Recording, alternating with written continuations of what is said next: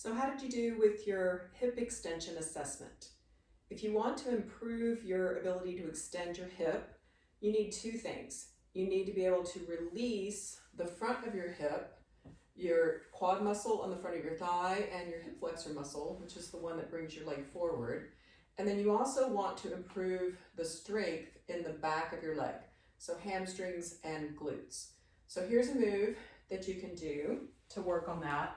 Coming into a kneeling position, I call this a 90-90 kneeling because your knees are at 90 degrees.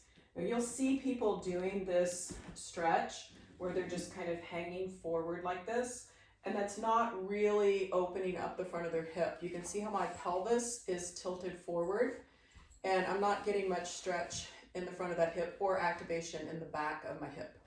If you come back into that 90-90 position, think about lengthening your tailbone and drawing up on the front of your hip. Knee is releasing down, abdominals are drawing up, and you should feel some activation in the back of that leg, and then release.